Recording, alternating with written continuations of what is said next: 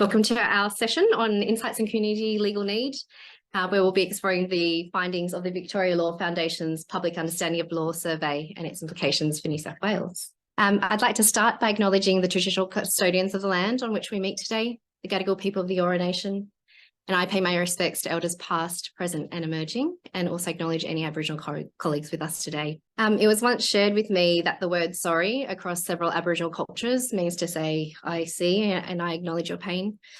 And from that perspective, I extend a sorry in terms of the overrepresentation of Aboriginal people in our justice system. And also a sorry for the people that are feeling the heaviness and the hurt of the recent Voice referendum as well. I think there's a lot to be done for a better future and a better tomorrow across our community. And I think that understanding community legal need and how people experience and respond to legal issues is one step of that journey. And so I thank you today for joining us as part of that process. And I guess just throughout today, we will be answering questions using Slido. So if you haven't had a chance to yet, I welcome you to jump on to slido.com to enter the participant details there. And I encourage you to ask questions as we go through the session. So without further ado, I'd like to introduce you to our panelists. We have Professor Nigel Balmer here from the Victoria Law Foundation, who's the research director there, Dr. Hugh MacDonald, principal research there, and our research director at the Law and Justice Foundation of New South Wales, Katrina Miralise-Black. So thank you very much. I'll hand it over to you first, Katrina. Good morning, everybody. So I too would like to start by acknowledging the Gadigal people of the Eora Nation on whose beautiful lands we meet, and to pay my respects to any Aboriginal and Torres Strait people, Islander people who are here with us today. We are delighted to have in our audience some people who are not from the legal sector or the justice sector. So I thought it would be helpful to provide a little bit of background on what are legal needs surveys. So the current format of legal needs surveys internationally, and certainly in Australia, has its roots in the hugely influential Paths to Justice survey, which is undertaken in the UK by Professor Dame Hazel Gen. So the value, I was going to say, Jeff will remember we had Hazel come over in 2017 to present at our 50th anniversary symposium, which is fantastic. So the value of asking people directly about their experience of legal issues arises from the understanding that the law touches most aspects of our everyday lives. And that's due to the obligations and the rights that our legal systems impose on us and provide for us, whether we realize it or not. And most of the legal issues we encounter will not, of course, come into any contact with the legal system or even a lawyer, not. And because of that, tribunal and court cases are only a small fraction of the legal issues, problems and disputes that people experience, be it in their family life, their housing, their employment, or their commercial interactions. So asking people directly about these types of problems allows researchers to explore the impact of issues, the actions that are taken in response to these issues, if any, the barriers to taking action, and the perceived effectiveness of any actions taken and advisors consulted. Now, since Dame Hazel's seminal work, there's been a rich tradition of legal needs surveys, driven in particular from the UK by Professor Pascoe Pleasance and, of course, Nigel Balmer, and from the US by Rebecca Sandifer. So I should acknowledge that legal needs research was being conducted in Australia as far back as 1975, with Michael Cass and Ron Sackville's investigations of the legal needs of the poor, which informed the Australian Commission of Inquiry into Poverty. And in 1990, Elaine Fishwick included questions on legal event experience in New South Wales in the ABS Labour Force Survey. And in the late 1990s, Russian Walker undertook research on just Commonwealth legal matters, which informed the Commonwealth funding models that were being developed at the time. Conducted in 2003 and published in 2006, the Foundation's first legal needs surveys had a sample of nearly 2,500, And they took place in 6 regions of New South Wales, which were selected because of their relative disadvantage. And those were Campbelltown, Fairfield, South Sydney, Newcastle, Nambucca and Walgett. And the key finding was striking, with over 2/3 of those who were interviewed reporting they'd experienced a legal event in the previous 12 months. So prompted by these findings, the Foundation was asked by the Legal Aid Commissions to undertake a comparable national survey, and the Legal Australia-wide, or LAW survey, was the result. And rightly taking the credit here for the launch in 2012 of what was a mammoth piece of work are our former director, Jeff Mulheron, who's here with us today, the late Bill Grant of Legal Aid New South Wales, the former New South Wales attorney, Greg Smith, and my former colleague and lead author of most of the law survey reports, together with Hugh MacDonald, Christine Camarelos. Now, at the time the law survey was conducted, it was actually the largest legal needs survey in the world. It interviewed by landline telephone, if you remember what those were, 20,716 people aged 15 and over across Australia, and we had over 2,000 respondents in every state and territory. It also asked about a lot of different types of legal problems and disputes, with 129 separately identifiable in the dataset. And information was collected for nearly 20,000 individual legal problems, including what actions, if any, were taken in response to each problem. And for those problems for which a legal or non-legal advisor was consulted, the respondents' assessment of nearly 10,000 of those advisors was collected. Now, these big numbers weren't just there to look impressive, they were extremely valuable because they have supported an awful lot of analysis by different types of people, types of legal problem, types of responses, and types of advisor. Because it was so big, there was a lot of information to draw from the law survey, and it has become the source of much of what we know about legal need in Australia, or at least it was until PULS came along. That knowledge includes what we know about the widespread prevalence of legal problems, the concentration of multiple problem experience in a small minority, the unequal experience of legal problems, with some groups at significantly higher risk than others, the differential response to legal problems, the prevalence of seeking help from legal and non-legal advisors, and of course, the small proportion of legal issues resolved through a court or tribunal. But of course, those findings are back from when the law survey interviews were conducted, which is 2008. And the world is not the same place. Over the last 15 years, we've seen advances in technology, climate change-driven natural disasters, and of course, the pandemic, the impacts of cost of living, and a range of societal and population changes. And in this context, it seems likely that the precise nature of legal need, its impacts, and the range of both system and individual responses will have changed. Nevertheless, over the last few years, we at the Foundation have failed to convince our stakeholders of the value of a new Australia-wide legal needs survey, which is disappointing.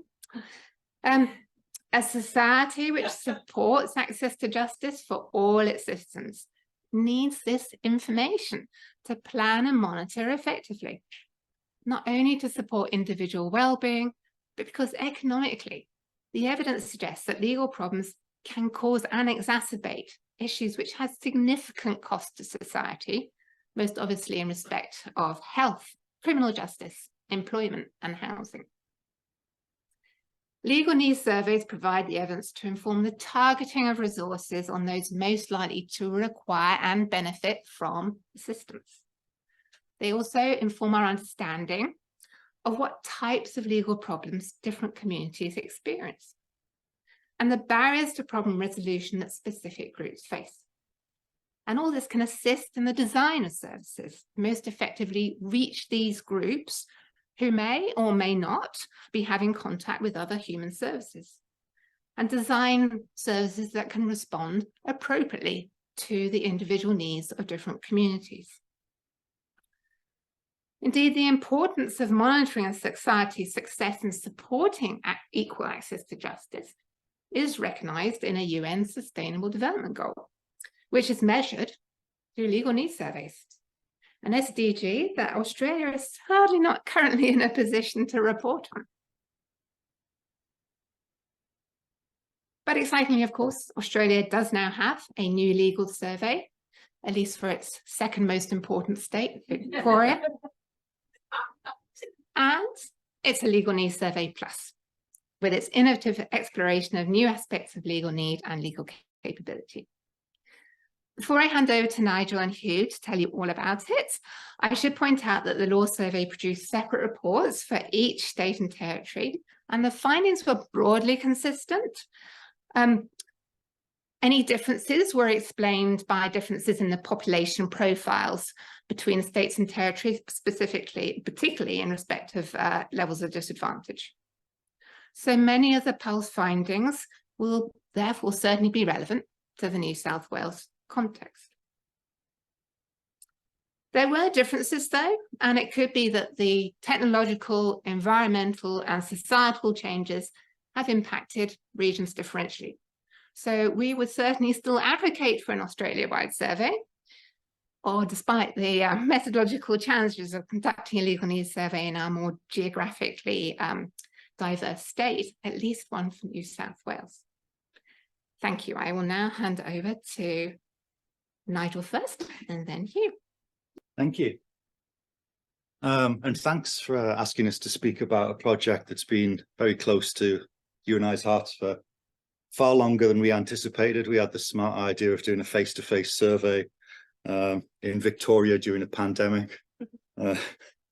So yeah, we got there in the end though. It was not without its challenges.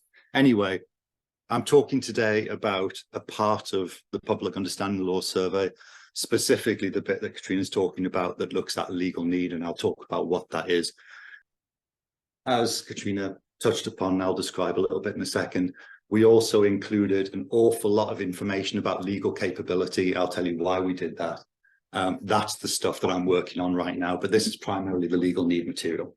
So it's a legal needs survey, it's a legal capability survey. When we think of the experience of and the response to justiciable problems, so problems that may have a legal solution, that's when we think of a legal needs survey. When we're thinking about the knowledge, skills and attributes that you might require to address some of these things, that's a legal capability survey. And in PULS, we try and combine those two things. It's a face-to-face sample. We did that because in Victoria, you can do that geographically, and it gives you better data. So if you're interested in really good survey data, the best way to do it, if you can, is to go face-to-face. Once we've done the main reporting, we're going to make the survey data available to whoever wants to use it as a commitment to open science. I think that's important with these data sets. We put a lot of money into them. People should be able to exploit them as much as possible. It's well established. I'm a big fan of these things. I started doing them back in 2001, and I have not given up yet. I'm a big fan because they have had and they continue to have significant global impact. And in Australia, this is data that we've needed for some time. It will tell you some things, as you say, about New South Wales. It's not going to give you the whole picture. I think a national survey is needed. Failing that, I think a New South Wales survey, either as well as or instead of, is also something that's really merited. Because Victoria can't really speak for Australia, can't really speak for New South Wales, but there are things we can read across. Okay. So what are these things and why do we do them? So this is where I normally show an iceberg, but I was presenting this in California recently, so I did a California drawing instead. But the idea is that legal needs surveys allow you to see the whole picture, not just the bit that pokes up above the fog here, where we see people using services, where we see them using courts. It allows you to capture the whole picture, find out about the sorts of problems people have had or haven't had, how they saw them, whether they perceived them as legal or not, whether they did anything about them, what they did, what the outcome was, etc. And we do them because if you only look at the bit that pokes up above the fog, you get a fraction of the information you need to make policy and tailor policy to people's needs and capabilities. But they have limitations. One limitation they have is that they've always been quite limited in understanding which door people take, why they take it, how people see this stuff, what you might need to do on the other side. And to get a more nuanced understanding of that, of the paths to justice people take, what they might find, what they might need. That's where you need legal capability. So that's going to be the next bit by way of a taster. But if we just focus on the legal need bit, these are some of the big things it tells us. So firstly, these problems are everywhere, right? So in Victoria, we had just over 40% of people report one or more problem. And if we multiply that up to the Victorian population, that's 6.4 million problems across Victoria. That's an underestimate. But, you know, the key message here is they're ubiquitous. We're all going to face them, like it or not. And in very broad terms, these are the problems people report. So we see a ton of problems with goods and services, lots of housing, lots of fines, lots of employment, family problems, etc. So they're everyday, they're ubiquitous, but they're anything but mundane. They can be amongst the most challenging, the most traumatic experiences in people's lives. This is one way of illustrating this, which we see commonly in legal needs surveys. This is just the impact of problems. So we're seeing a huge volume of problems resulting in stress or stress-related ill health, loss of confidence, damage to relationships, ill health, injury, etc., etc. It's pretty hard to have these things in isolation. And what this means is you have huge knock-on costs for public services and individuals. We've tried to cost this up before in the UK. Canada's had a go costing this up. I haven't done it this time. The net result is it's a big number. Knock-on costs of these things is a big number. Because they don't occur in isolation, they lead on from one another, they extend to wider social problems. And as we saw in the law survey, we've seen it in a whole range of surveys in the past, and we see again here, they are inextricably linked to disadvantage. They also multiply. I think I first started writing about problem clustering back in 2004. And at the time, it was quite interesting because there was a significant, and Hugh probably remembers as well, there was a significant group of researchers who said you didn't really believe that these things came along in clusters. They're like, oh, well, you just have individual problems, we address them. Not what we see in these surveys. The majority of people who report problems have multiple problems, and we get a high percentage with big clusters of problems. So along here, these are the people with problems. We see decent amount with one, but then we see this huge group, you know, in red here with 5 or more problems. So clusters of significant number of problems. Eagle-eyed amongst you, if you've looked at the law survey, you might think, is that red bar bigger? It is. It's about twice the size of the law survey. Now, you look at these, you compare these things with a bit of caution because there are methodological differences. But when we first saw that, we thought that's more people with big clusters of problems. And we get a positive feedback loop. So the more problems you have, the more likely you are to report additional problems, which is something we've seen across these surveys, across jurisdictions. And the links to disadvantage when you look at multiple problems become clearer still. So this is a financial distress indicator that we put on the survey. And this is the number of problems amongst those who were unable to eat, heat, or cool their homes in the past year because of a shortage of money. So you can see amongst that group, we're getting nearly half of them reporting clusters of 5 or more problems.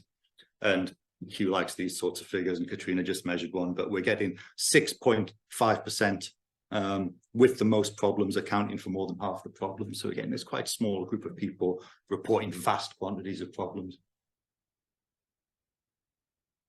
They're also hard to shake off. So there's lots of them, they multiply, and they're hard to get rid of.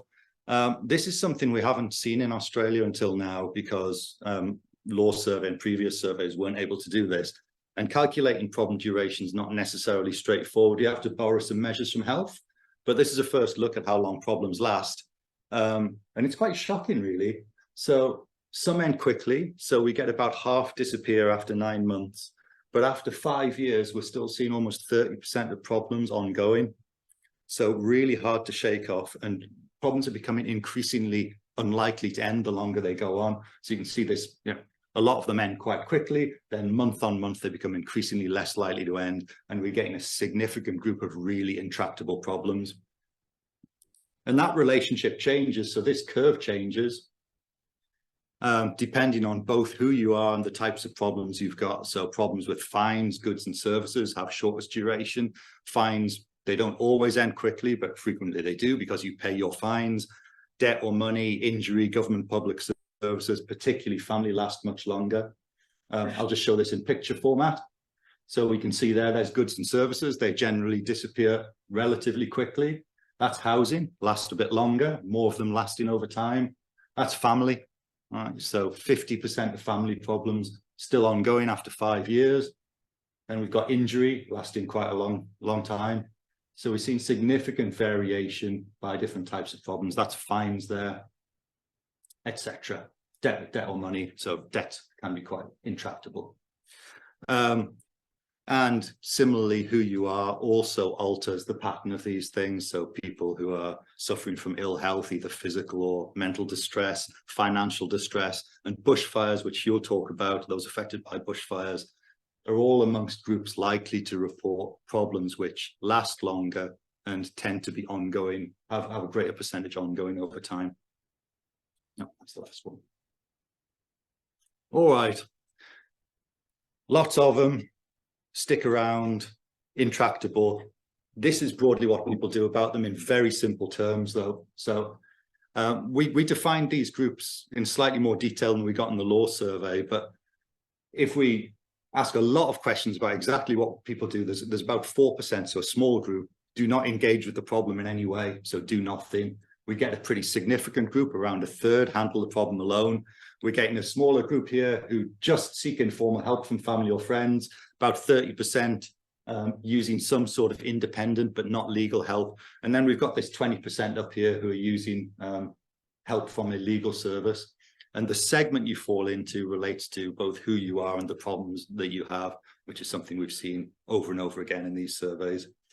We're also seeing the use of the internet to resolve problems growing pretty quickly. I was trying to cast my mind back, and I need to check this, but I'm pretty sure that when I looked at this in 2001, there was 4% of people using the internet to try and resolve problems. It's about 50% now and growing and changing in character. Okay, so just picking on a couple of these segments. That's the legal services bit. So we get about 20% of problems in Victoria. And compared to most legal needs surveys, that's a pretty big chunk. So I think of the ones where this is measured, it's normally about half of that. So 10 or 11% is about the median percentage of problems where people use legal services. And some jurisdictions, we've seen it fall much lower. I think the lowest I've seen has been 2%, and that was Uganda. When you dive into this, that 20%, there's a pretty even split between private services and publicly funded services. So in our case, either from Community Legal Centre, Aboriginal Legal Service, or Legal Aid. This bit, though, this is a chunk I'm really interested in. So this is a big chunk. It's actually bigger than it looks there, because there's half of the 20% who use legal services also use another independent service. So this is a big chunk, and it's really pointing to the critical role of government, council bodies, organizations linked to work, professional health services, dispute resolution bodies, etc., etc. And I'll move on to talk about legal need and it being met a bit more in a second. But in just pure numeric terms, there's more respondents have their legal needs met by non-legal services than by legal services. And in part, this might be because they're better positioned, because everyday problems aren't legal, or at least that's not the way people see them. We ask them directly. We say, when we identify the problems in this survey, they're all things that you or I might look at and go, well, that's obviously a legal problem. When you ask the general public, you only get about a third of problems where they say this is legal. And this really matters, right? It's a powerful determinant of strategy. It's a significant barrier, not seeing your problem as legal, to seeking legal advice. I think when I first wrote this in a paper, it felt like a pretty silly thing to write, but I did it anyway, which was, if you don't see your problem as legal, you don't get legal advice. It's obvious, but it's kind of true, but it's not such a barrier to seeking advice from this broader group of non-legal independent advisors who might be better positioned through how the services are framed, i.e. not as legal, or how they engage with their communities. All right. Legal need. Yeah, I've been trying to hide this secret for a while, but it's out now. We call them legal needs surveys. They don't really measure legal need, although, or at least traditionally they haven't. Becky Sand have kind of let this cat out the bag. She said, at present, we have no idea of the actual volume of legal need and no idea of the actual volume of unmet legal need. And this is because these surveys, they capture things like advice seeking, but maybe that's not always legal need. So maybe you just got advice out of convenience, not necessity, or maybe it didn't meet your legal need. They capture problem experience, but just because you have a problem, that doesn't mean there's a legal need. But why not? So I always like to make this about me. This is my broken tablet. Look at that. I didn't do anything wrong. It just broke one day. That's a justiciable problem, right? I need to fix this. So I asked them about it and it turned into a dispute. They said, this is not something covered by our limited warranty based on the damage registered. And then they rubbed it in by saying, look, you can buy a refurbished one just to rub it in a bit. So I was like, well, this isn't right. Is this correct? Right. So I use a bit of like legal capability. And I find out that, these things should last a reasonable amount of time before developing a major fault. So I could work that out for myself. But I had questions about, well, what law governs this sale? It was online. What constitutes reasonable? What's next? How to respond? Well, I wasn't about to go and get a lawyer for this. It's moderately priced. So I thought I'll just get some help from family or friends.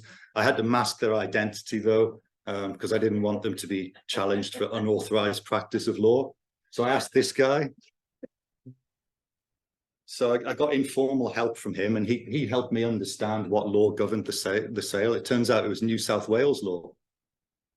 He told me what reasonable might be, what's next, but he's not a legal practitioner. He's just a mate of mine.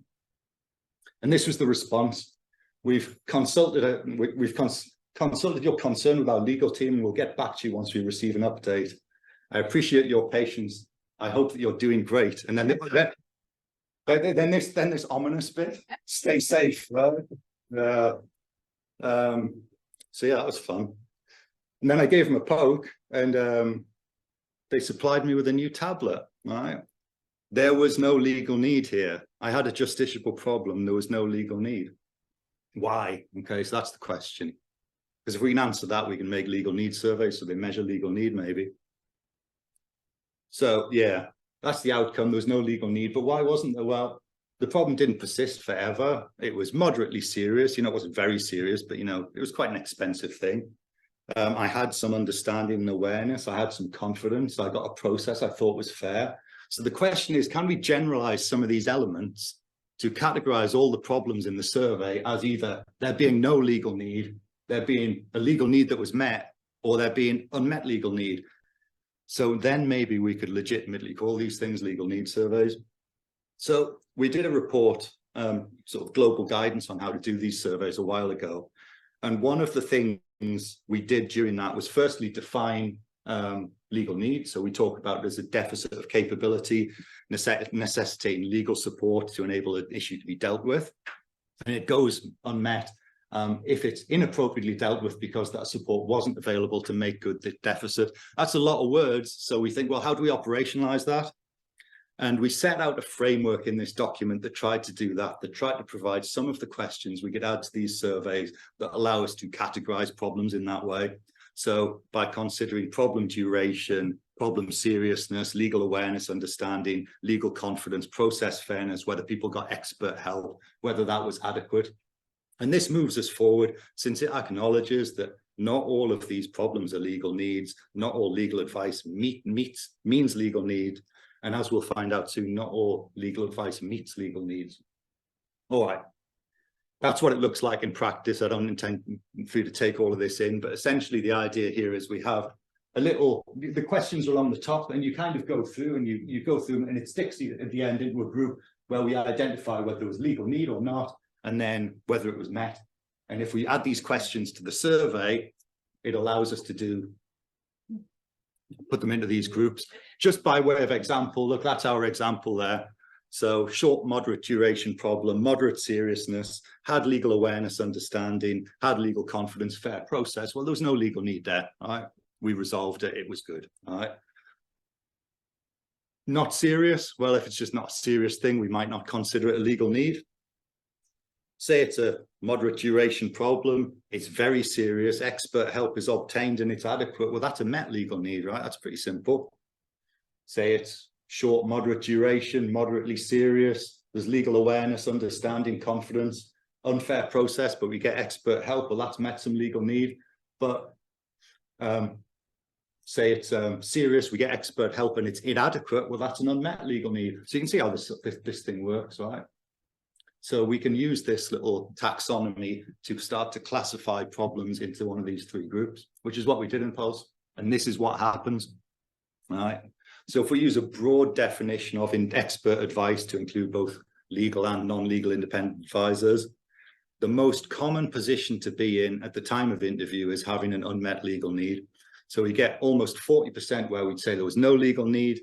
There's about 14% where people have had legal need, it's met. And then we get nearly half of them where at the time of interview, legal need is unmet.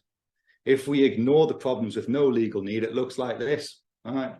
So where legal need existed, 78% was unmet. So it's the norm, not the exception. And where we have unmet legal need, there is no access to justice.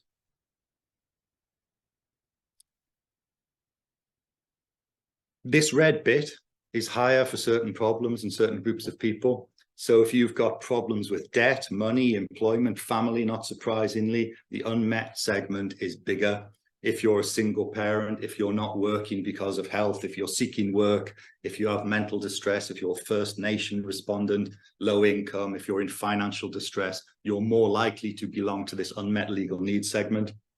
And how people responded to problems also had a bearing, but not necessarily as you might expect.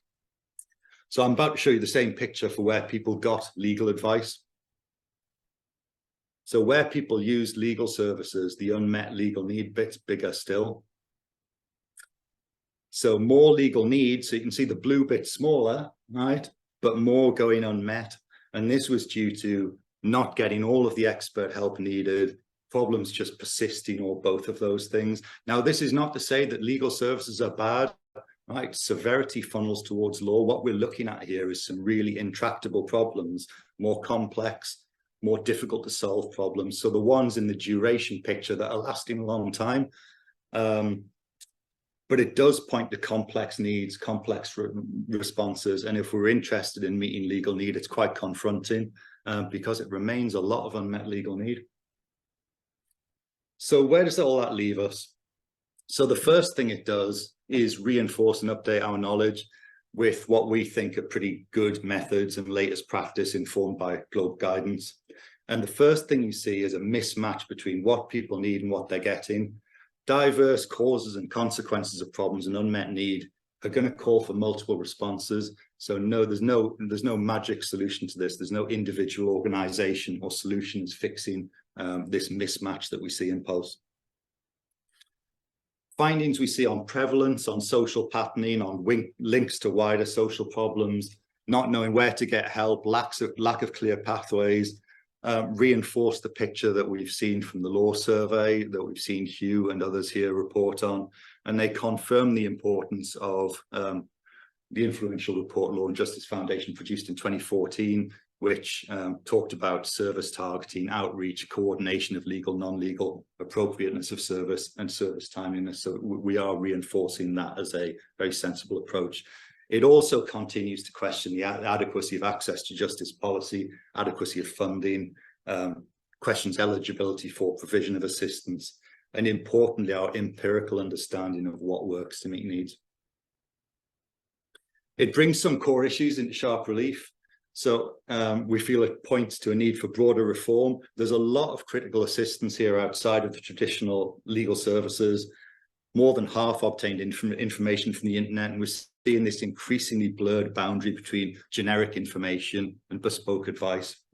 So it points to challenges, opportunities for regulation in encouraging innovation, better practice, broadening alternatives, thinking about definitions of information and advice while maintaining some sort of structural, regulated and protected approach. This could be one route to addressing some of the barriers to advice and issues with its adequacy that we see. This is how Becky puts it. So to reflect complex need, justice professionals need to share the quest for solutions with others, other disciplines, other problem solvers, other members of the public whom the justice system's meant to serve. And finally, just it points to a need to move beyond counting beans. So we're seeing unmet legal need in the survey is absolutely routine. Even when people obtain legal advice, people aren't getting what they need. Surveys like this do a lot of heavy lifting. They tell you a lot, but they need to be supplemented by more information, more quality information on clients, their journeys to, through and beyond services, and the outcomes they get. So essentially, we're talking here about smarter administrative data. So including whether problems are concluded, whether they concluded satisfactorily, whether assistance was adequate. So some of the core barriers we're seeing to meeting legal needs. So we're seeing a system-wide need for better data that goes beyond administrative, that enables us to monitor with greater nuance, ultimately look at the impact of change, allow it to be quantified, and allow services to be better tailored to need. And finally, there's much more to come. So in the context of legal services, we clearly point to a mismatch between what people need, what they get in volume 1. But for services to better mirror need, we're going to need to better reflect capabilities. That means capturing them. And that's what we talk about in volumes 2 and 3, where legal capability will become the main focus. I hope to have volume 2 out before the end of the year. But yeah, that's how Garth and Cappelletti put it. The possession of rights is meaningless without the capability for their effective vindication. So that's what we move on to next. And I think that's about me. So thank you very much. So Nigel, the first question is, what does help from non-legal services look like? And have you got any insights around the link between seeking independent advice from non-legal services and the rates of resolution? Seeking help from non-legal advice is incredibly broad. So it looks like frankly everything. It's a massive tailored advice with sometimes quite fancy, sometimes even fancy. But I think the take-home message from PULS is it's a lot of stuff. You know, people don't see these things as legal problems necessarily, and they respond by going to a wide range of places, which are the ones which are, you know, sometimes tailored to their needs, sometimes on their doorstep, sometimes the most receptive to them, and that just doesn't always require legal services. In terms of resolution, as I say, non-legal services, numerically, you need to more need the legal services. Now that's tied in with, you know, complexity of problems. So it's not to say they're best in legal services, but what it is coming to is that they play an absolutely critical role, and understanding that better is going to be very important. And with the links between problem resolution and the help seeking strategies, or is that? Well, that links to like how problems come to. Yeah, correct. Yeah, I mean, what like the met unmet legal need is one way to look at it. So yeah, I mean, they don't do in terms of whether legal needs are met, they do slightly in percentage terms slightly worse than legal advisors. But again, like there's a lot of things that unravel to the complexity of problems. So they're a blunt instrument if you're trying to answer questions around how effective are legal and non-legal services in resolving problems. Because with these things, you can never really untie the types of problems that cover each service. If you want to answer that question, it takes some firmly down next and we'll run this comfortable trial. What should policymakers and services be thinking about, given the high rate of people turning to non-legal services for help to resolve legal issues? I think a lot of things that, and Hugh can probably talk to this as well, I think a lot of things that we've talked about, so you know, putting services where they need them, making them look like something that is welcoming, not necessarily legal, co-locating, integrating services, and then ultimately understanding which of these things works better for you, which goes to the what works question. So it's pointing to some models, but you know, the next step is really to put the data in place, put these studies in place that you allow you to quantify what's working, what works better, what works for you. Just give you direction to travel with more audiences. Can you also elaborate a bit more about the suggested mismatch between what people need and what they're getting? That's, I mean, the clearest way to look at that is just unmet need. You know, if people were getting what they needed, then you wouldn't have like a massive, you know, 80% unmet legal need where legal need existed. That is the mismatch, simplest term. Do you think there's any kind of shift in delivery that might be needed as a result of that? Like what might that look like? what to address the mismatch? Yeah. It's a big question. What you got here? I thought, yeah, there's undoubtedly more that we need to learn about what services do achieve for different types of people, different types of problems. To unpack areas of problem type where different strategies may be more beneficial, and also different standardized services may not be beneficial. So we've said like standby for a long time. One size fits all strategies don't fit everybody, and in fact they might not fit any particular. So much we can need much more nuanced understanding of this difference. And part of that is that it should be, or looks like it is, higher levels of service, more intensive forms of service that might be more intensive forms of legal and support services to help people resolve problems. You know, one of the reasons why we're so obsessed with bringing on and looking at development managers and policies, because we see that as a way to bridge into practice. So, you know, if we can understand how capability relates to the sorts of things people need and what might work better, then you also have tools that you can test in practice. And so, you know, for example, we can be out based on capability and that's what that makes a difference and addresses this, you know, makes this rare unmet needs section very smaller. So that's the idea of all the capability stuff to try and better tailor. If we do develop good community legal education resources that allow people to solve their own problems quickly, does that show up as no legal need, and does that undervalue community legal education? What that look like? So, because, you know, community legal education providers might be developing resources that help people to resolve their own problems quickly. Does that end up reflecting as? It comes down to how they perceive what they've done.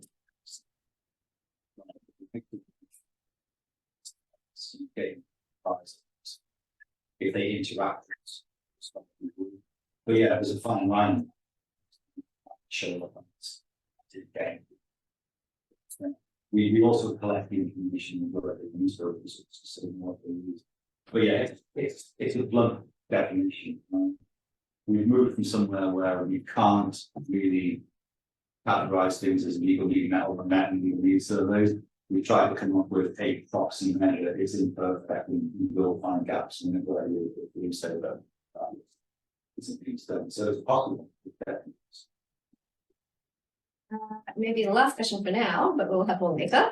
Can a problem like Nigel versus Big Tech create legal need if it's experienced in different circumstances? For example, if the person's facing multiple other problems. Yeah, it could do. So that's pushing severity on. So if you go through the taxonomy, when you get very severe, then the legal kick in. Yeah, so that's the idea of all of those little groups. So at the moment, I push through and it puts me directly to the second. But if it was very severe, there's another problem, then yes. Take me straight into legal needs, and then we'd be able to see them now by this guy.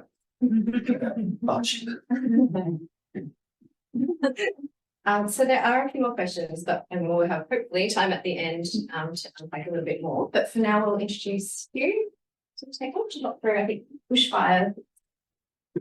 Looks like I am going to tell you about the big findings, reflecting on what you've just heard, and then I'll unpack it. So in PULS, PULS findings appear to be, if you just remember everything you just saw, they're amplified, they're stronger amongst the respondents that we had who were affected by bushfires. We can say bushfires had an independent effect on legal need. They also appear to have what Nigel was talking about, the additive compounding effect. Although we are partway through doing further analysis to further unpack the impact of bushfires. So what we found is that 4% of respondents reported that their work or home life had been affected by bushfires. If you remember back to the days just before pandemic, we had severe bushfire season in Victoria in New South Wales and in Queensland and in South Australia as well. So yeah, we had 4% of respondents accounted for 9% of the justiciable problems reported in the survey. Those affected were more likely to report justiciable problems. So it was about 57% as against only 41% amongst those who were unaffected. So that's quite a big difference. It's quite curious. If you remember what Nigel just said about the clustering, amongst those affected by bushfires, we see an even bigger impact of clusterings. So again, looking at the red here, we're seeing virtually twice as many or higher rate of people suffering 5 or more problems. So again, keep that in mind as we go through. People who were affected by bushfires, it wasn't just say things that we might think of traditionally as being problems related to bushfires, say to do with insurance. In the analysis, it's every type of problem that people experience at higher rates, including 2.5 times more some important problems to do with employment, injury and illness, debt and money, government and public service problems. So we're beginning to build a picture of bushfires having an important independent effect on people. Amongst the strategy, we see that those affected by bushfires were far less likely to have handled their problems alone. So it starts to be a little bit interesting. They're more likely to have used legal services. This might point to effective disaster legal response, particularly in the Victorian context, where disaster legal help took legal services to people in the areas and the locations where they were affected. But we see similar rates for use of independent help and a halving of the rate amongst the people who did nothing. So looking at how people characterised their problems, noting that Nigel just unpacked how people see their problems is really important to the strategies that they take. People were more likely to characterise their problems as legal. So 42% of problems compared to only 33 amongst those who were unaffected. And we see a higher levels related to that. We see a higher levels of use of all types of advisory bodies, formal and informal justice processes, other than use of religious authorities. Unsurprising.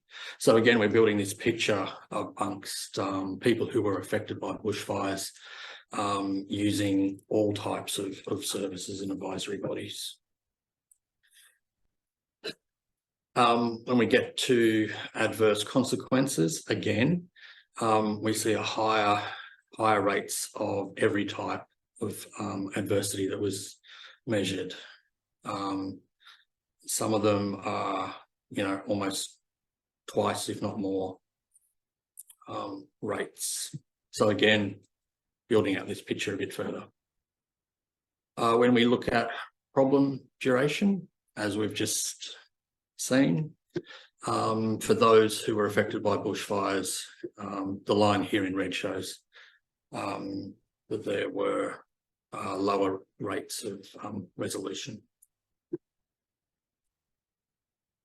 And so breaking this down a little bit more, those affected generally had lower rates of happiness with where their problems were at that time.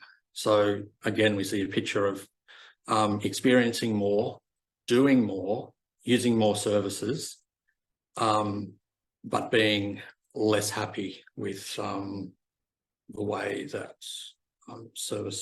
problems are being resolved. I might skip over this because Nigel just spoke about it.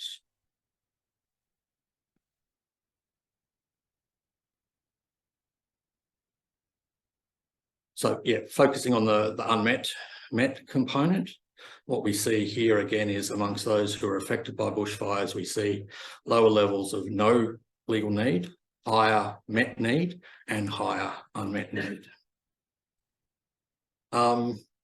So I just put in one slide, I think, about COVID. Let's not talk about it much. You might know we don't really like talking about it. But like bushfires, COVID basically had the same patterns amongst the data set. So we do see heightened problem experience to do with COVID. Problems were often connected to COVID, about 1/3. 15% of problems were caused by COVID, most commonly problems related to government payments and debt or money. Overall, the impact of COVID increased the prevalence of problems slightly. So there was an independent effect, but it was a smallish effect. So it just pushed the prevalence rate up from 39% to 42%. But this points to the compounding and additive effects of not just bushfires, but also COVID over problem experience. We had some questions from various people, and we've just delved a little bit into looking at the role that disadvantage plays in bushfires. So what this table shows is amongst those people with 2 or more problems, we see higher rates amongst those people who are affected by bushfires and also in receipt of low income payments. So this is a really quick and nasty analysis to show that problem prevalence amongst those who are affected had an additional compounding effect. So it suggests that bushfires plus, financial disadvantage increases vulnerability to problems. But there's more work for us to do to unpack this finding. So I just want to point to this relationship and compounding effect. We've done some other additional analysis that are not in the PULS report, but will be the subject of a separate follow-up paper. Those who were affected by bushfires, curiously, were more likely to have obtained information from the internet. So we see that in the case of those affected going up to 65%. Some interesting things going on here to unpack. So it could be that bushfires are triggering advice seeking. It could be that people are more likely to find advisors, because we saw the previous findings are more likely to have used legal and other advisors. It could be that people are finding those services online. It could be because in the context of bushfires, people were seeing their problems as being legal when they're searching for them. That's another thing for us to unpack. And it could be, looking at the legal dimension, that once you've got a service or a legal service for one problem, you're more likely to try to get legal assistance for your other clusters of problems, other problems within a cluster. So when we asked, though, was your problem caused by bushfires, interestingly enough, we found only 17% of people, only 17% of respondents were directly attributing their problems to bushfires. Okay, so this is quite curious given all the findings we've just previously gone through. So why is this? It's quite curious. There are a whole range of things we do know about legal problem experience. So we know that legal need is socially patterned. We know it's linked to disadvantage. We know it heightens vulnerability. We know that ordinary and extraordinary events can disrupt people's lives. And then when people's lives are disrupted, it can give rise to justiciable events, which can compound and further increase vulnerability to legal problems. We know from other research, other surveys, the common finding that problems beget problems. They can cascade, they can escalate in number and severity. There's a bidirectional relationship between disadvantage and legal problem experience. So legal problems can cause disadvantage, disadvantage can cause legal problems. As Nigel mentioned, we know that problem severity generally funnels towards the law and legal services. And so in the context of somebody affected by bushfires, it's a major disruptive effect seen as severe, where some services are being taken to people and other people are searching for problems. We think this can funnel towards legal services. We also know that there's a vicious cycle of vulnerability where problems can compound and multiply. So this is how we sort of depicted it in Reshaping Legal Assistance report at LJF. So there's a vicious cycle that can happen. You can look at any point of this sort of circle and see how problems can begin to cascade and multiply. So if there's an inability or disruption to work, it can lead to loss of income, can lead to poverty, can lead to difficulty paying mortgage or housing, can lead to eviction, can lead to homelessness, can lead to increased health problems. Homelessness can lead to health problems. It's the spiraling effect. So we know this goes on. We see this in some of the problem clustering that occurs. And then if you stop back to think somebody in this sort of situation or circumstances and you chuck bushfires and experience of bushfires in on top of what's already going on in people's lives, we think it can increase both vulnerability and impact of those problems. But curiously, why is the link between what people see as being caused by the problems that they experience not being attributed directly to bushfires at the same rates? Well, again, it's this disruptive effect. We think it heightens vulnerabilities. We think that they can cause disadvantage, heightened disadvantage. We see the funneling effect. We think that the sort of emergency response context post bushfires can help people be connected to legal services and related services. So this is something to be really carefully thought about in terms of responses and sustaining those responses over a period of time. What I didn't show is, yes, the problem duration aspect of problems is again heightened. And so we see this effect of, although people are connected to legal problems, haven't necessarily had time to work through those problems to get them to a resolution. So they are persisting for longer periods of time. Yeah. So what are some of the insights? Well, one of the insights is post bushfire services, what they look like. So they look like they're working on one hand, yet we also see higher levels of unmet need and prolonged problem duration on the other. So this begins to, pose questions around the sufficiency or the adequacy of the response beyond immediate access. It may reflect the nature of dealing with clusters of legal and other related problems that, as Nigel alluded to, they can persist, they're sticky, they're difficult to shake off. And this is another little bit of an insight into that phenomena. It may well be that bushfires are also a triggering event and a tipping point, can tip somebody into disadvantage.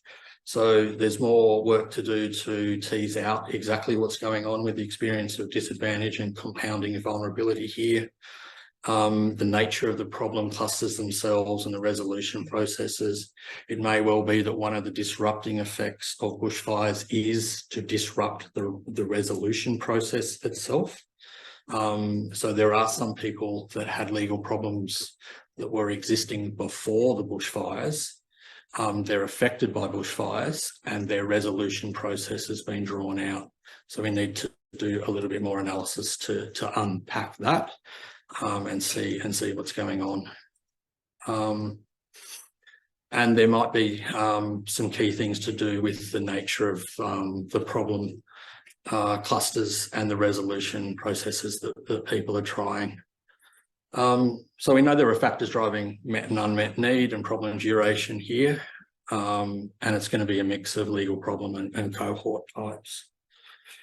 So some of the implications for disaster preparation and response, well, we should be expecting, natural and man-made disasters. They can have significant impact on people's likelihood of experiencing justiciable problems and their ability to resolve them. We think this applies to not only bushfires, but other forms of natural and human-made disaster that you can think of. So although we don't have the data within PULS, because someone forgot to ask about floods and storms, but bushfires, floods, storms, earthquakes, and then some of the sort of classic cases of, bridge collapse, hospital implosion. If you grew up in Canberra, you can think of one. Water contamination, those sorts of things. So disaster is well recognised to exacerbate and extenuate social and economic inequality. We know that there are some people better equipped to respond and cope with and manage those circumstances than others. We know that there are some who are more likely to tip into or otherwise become further entrenched in disadvantage and associated legal need.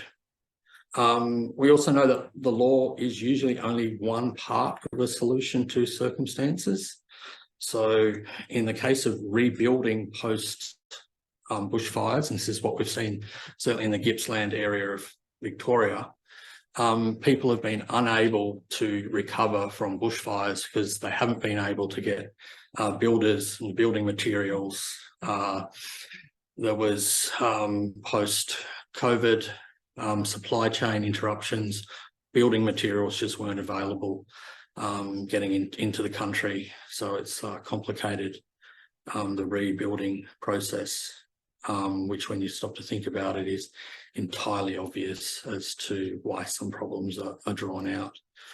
But beyond that, the law definitely has a role in both pre-disaster preparation, preparation, as well as the post-disaster response and recovery.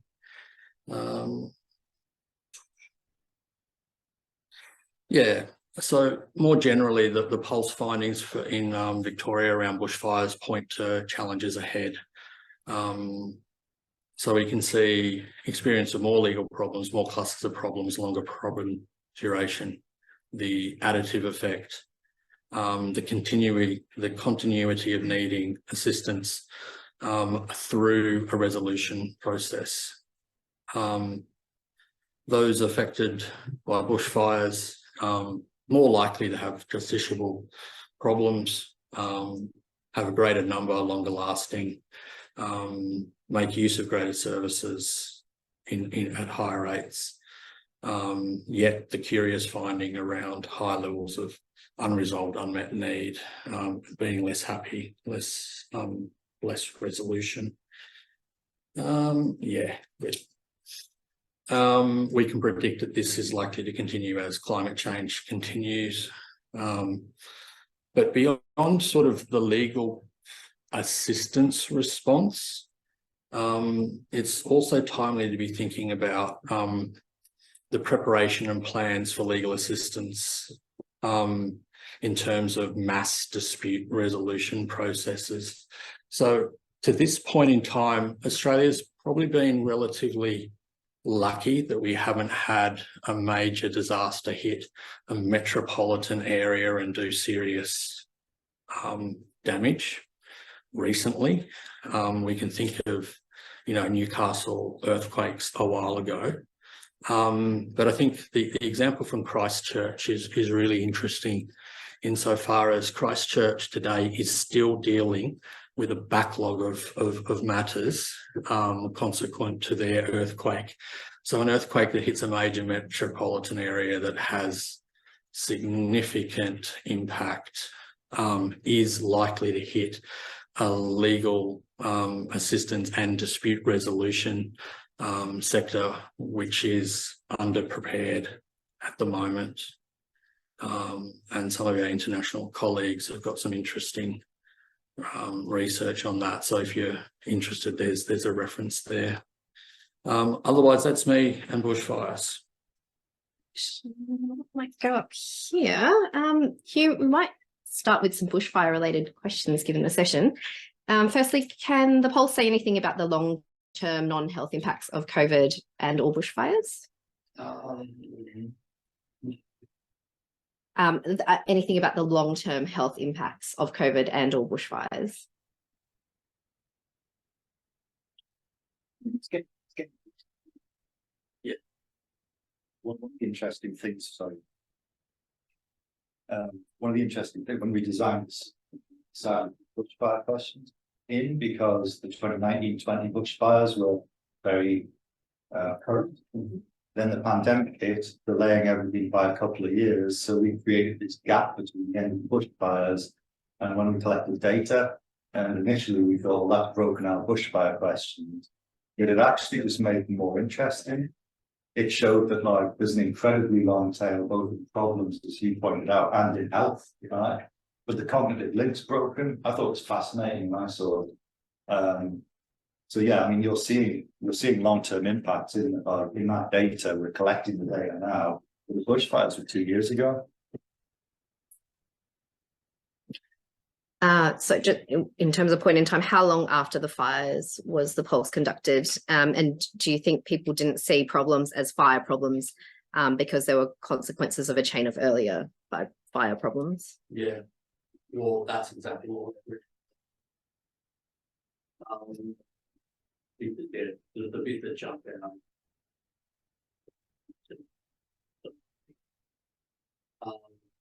That's exactly what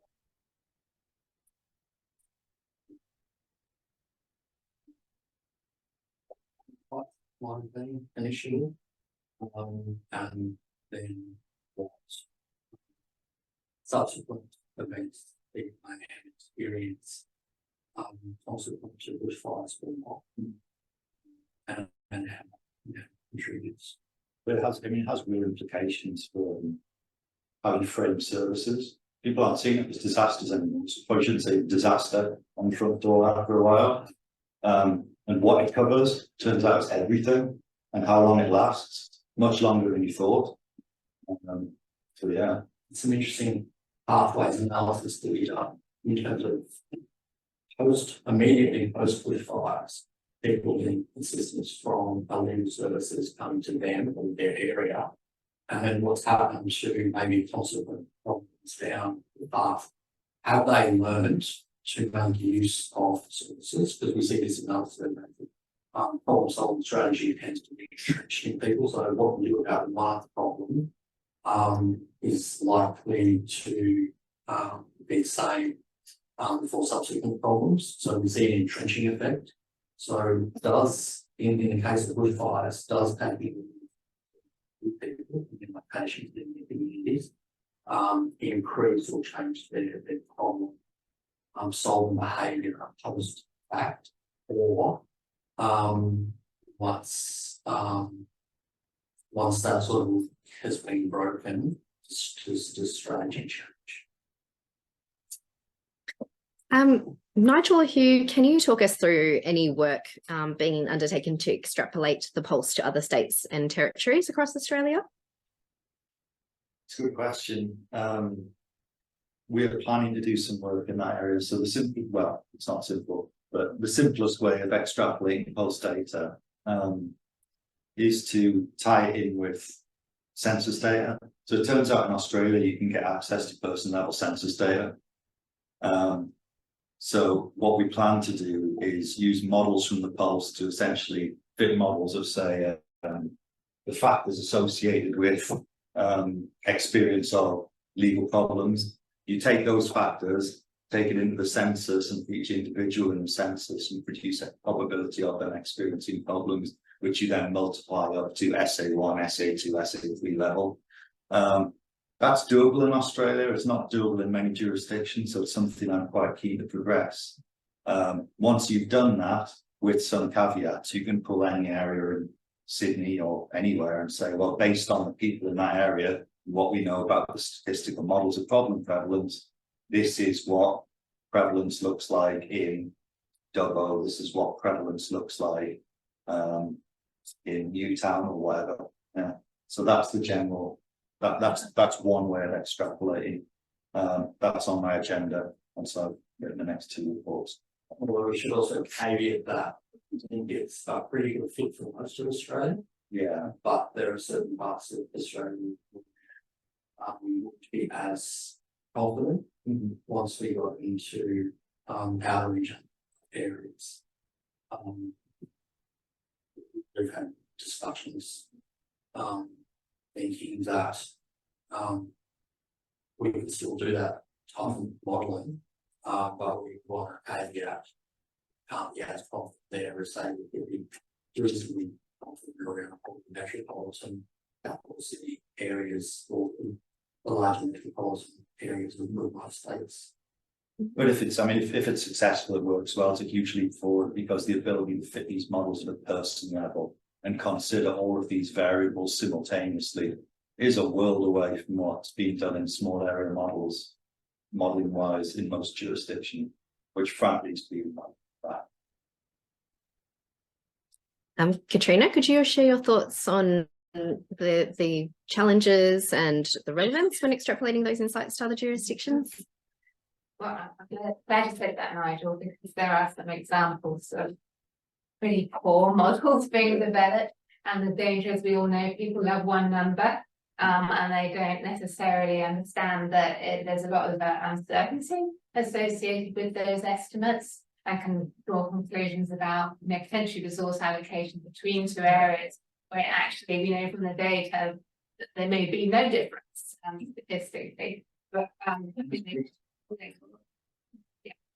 But I think it would be very exciting to see those models being developed and using that person level census data. But I think there is something around the translation which we always face about how you make how you disseminate that kind of information in a way that ensures it's used appropriately and not misused.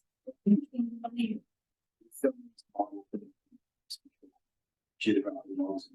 can't do them quite as well as you can hopefully do in Australia. But it allows you to map geographically and say, oh, here's Coventry, right? And here's what we think legal need is or problem prevalence is in different areas. And at that stage, the ideal thing to do is sit down with service providers, have discussions around, does this meet your, does this correspond to your understanding? If so, why not? So it's kind of the start of the discussion. There was some of that went on in England and Wales. They were also used to directly allocate all legal aid resources for a while, which is a slightly more extreme example. So, you know, like I worried about the latter, but you know. But we said needs to be systems indicate based on census data recognition that when it comes to resource allocation, you need to know something about quantity, not just evidence. Yeah.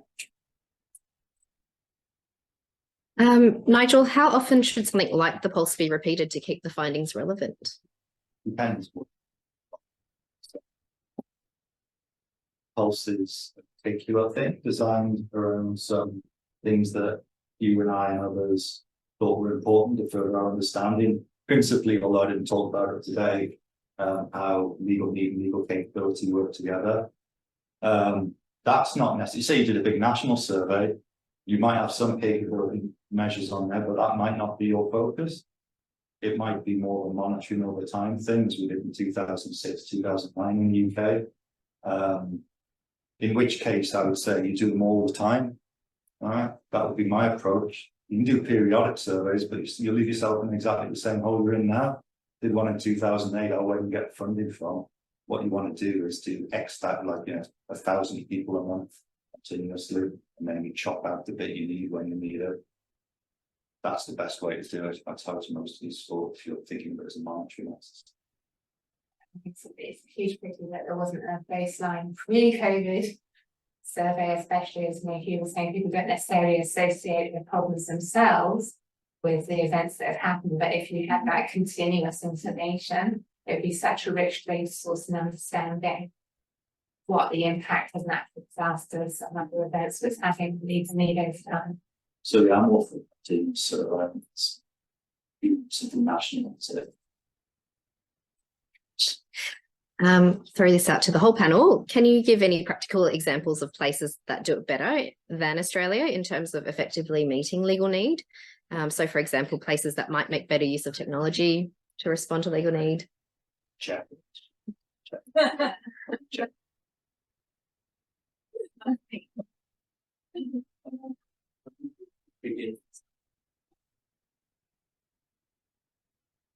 We don't have much information anywhere. We don't actually have very many to so in some respects, PULS has pushed out much further than some data sources have. But you know, we've speculated growing forms of service environments. I mean, coming back to we just recently had an information, and one of the insights there a number of the attendees was how come mental health for Victoria seems to be more advanced than other places in the world. But also we can sometimes take for granted. I think it's probably the natural legal systems in particular, dealing with such overwhelming demand for services and seeing people in need and having the experience of having to deny services to people for eligibility reasons or service capacity reasons. But yet when we go to a number of other countries in the world, we've actually got it really good. We do have services, we have public services.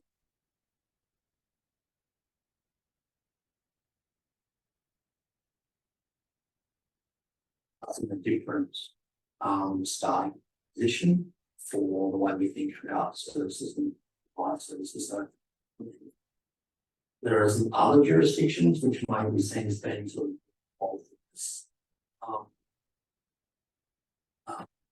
situations and a high level of service potentially, but we don't necessarily have insights as to what works. Sure.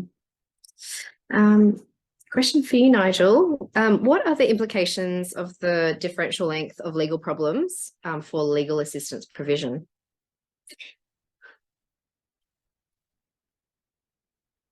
Beyond understanding that that's the situation. Yeah, I mean, I think it gives you something that you can monitor, right, and see if you can alter. It's not have you thought about that? Yeah, it goes hand in hand with some of the things we've been thinking around. In the old days, we used to think that if somebody had been connected with a service, that was great, that their need was met, the service was doing a great job. Now we've got a real pause to reconsider if that's actually the case. Because we do see a number of people who had contact with the service provider and their need hasn't been met. And so we need to get a much better understanding of why that is. I mean, it's undeniable legal assistance services benefit people, undeniable. But yeah, we are seeing a lot of people having some level of contact, and for whatever the reasons are, that service is being insufficient to meet their need. So yeah, pause for thought, pause for whether we can do more, pause for thought for we redesign, reshape services. And go to that go to the funders point to and needs to frankly understand if problems are concluded, which is something we don't know a ton about at the moment, but it seems like a sensible metric given that family problems 50% of them aren't going after 5 years. And yeah, I mean that's probably the most striking finding in PULS. The high levels of unconcluded problems and higher unmet need around family problems, which are protracted over a substantial period of time. So it is a question of being unable to give people the NSW service that they need in that circumstances, or is it the nature of admin problems where they can move per you know, friends or children and beauty settings, so do they come back and get it's so important. Katrina, your thoughts? Yes, we found some of those same findings and some work we did for Victoria Legal Aid where we interviewed people who contacted their legal helpline. And some of the recommendations that we made were around actually using the how long the problem had been going on. So whether it was a chronic as part of the kind of triage process. So moving beyond, thinking about the parasite groups that are part of and that, but actually including some characteristics of the problem and making a decision about who should get more intensive services. And also sort of using other ideas from customer services where you call people back or you text them and say, have you done that? Did you go and get help? Can I ask you again? So because people need help their lives, they need to be reminded. So I think that's probably possible to make it sensible. Put something in place and then follow up because you're exactly what I'm talking about, the smart thing, accessibility.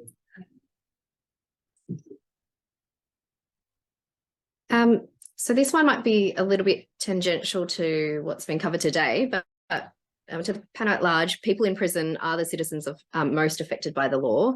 Would you support whitelisting of the legal database to OSLI on the computer tablets New South Wales prisoners have? Or if that question's a bit too beyond the scope of commentary for this panel, could you share whether there were any particular insights relating to the experience of criminal law issues that stemmed from the law or PULS surveys? In the case of PULS, some of these surveys cover crime. PULS does not. I think there's a lot more work to be done in that area for sure.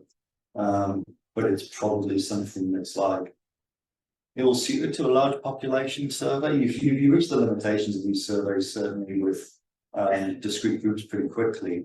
And the general approach is to build supplementary samples, as you've done Law and Justice Foundation, as I've done in the past, to capture groups that either fall outside of the sample frame, you don't capture inappropriate numbers, you don't engage with properly because you're not speaking their language or asking the correct questions.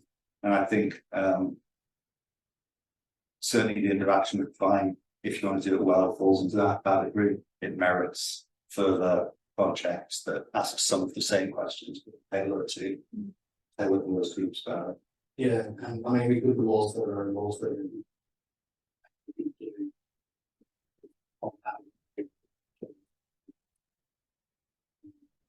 are sure you if you propose.